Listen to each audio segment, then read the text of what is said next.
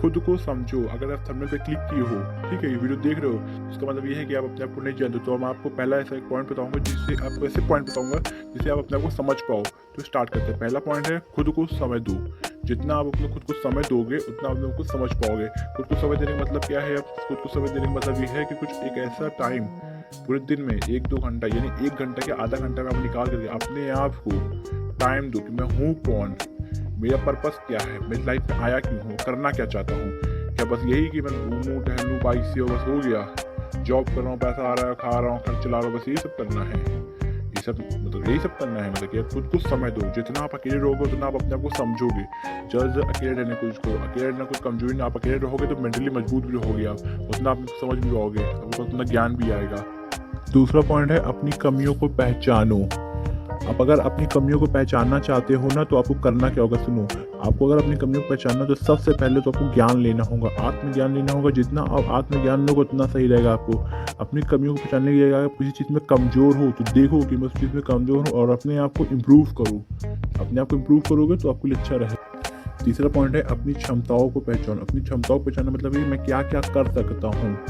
असल में जो एक इंसान कर सकता है उसकी तो कोई लिमिट नहीं है, लेकिन आप देखो कि मैं क्या क्या कर सकता हूँ, किन किन चीज़ों में मैं कर सकता हूँ, किन चीज़ों में मैं अच्छा कर सकता हूँ। आप पढ़ाई में अच्छे तो पढ़ाई में करो, ठीक है। ज़्यादातर लोग पढ़ाई में बहुत खराब, अगर पढ़ाई में खराब हो तो आप स्पोर्ट्स की मदद लो, आप कुछ और करो, आपका इंटरेस्ट कुछ और है। तो ज़रूरी नहीं है कि मतलब कि आपकी क्षमता, अगर आपको लगता है कि आपकी क्षमता कम है, लेकिन ऐसा है नहीं। हर किसी की क्षमता बहुत ज़्यादा होती है, लिमिटलेस होती है। चौथा पॉइंट है कभी भी अपनी कमियों को छुपाना ना, क्योंकि अगर आपके अंदर कोई कमी है तो उसको छुपाओ मत, उसको सुधारो, उसको इम्प्रूव करो। छुपा के क्या होगा? हाँ, अगर चाहो तो छुपा सकते हो दूसरों से, क्योंकि जैसे मान लीजिए आपको कुछ पढ़ना नहीं आता, कुछ हिंदी इंग्लिश पढ़ना नहीं आती, तो आप अपनी कमियों को छुपा रहे हो ताकि लोग ना देखें और इधर इम्प्रूव करो, तो वो ठीक है।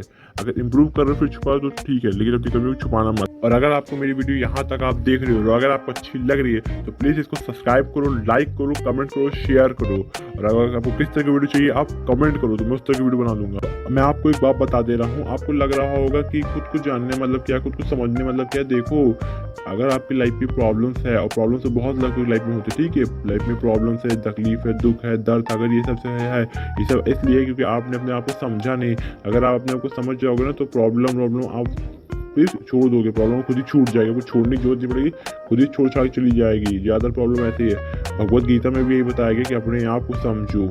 अपने आप को समझना बहुत ज़रूरी। अगर आपने अपने आप को समझ लिया तो आपसे बड़ा कोई ज्ञानी नहीं, समझ लीजिए। फिर आप पूरी दुनिया को, अगर आप इस पूरी दुनिया को समझना चाहते हो कि पूरी दुनिया है क्या, जीव जंतु, मोह माया, ये सब क्या है जिसकी बात ज़्यादा लोग करते हैं, तो आपको अपने आप को समझना। जिस दिन आप अपने आप को समझ गए आप इस पूरी दुनिया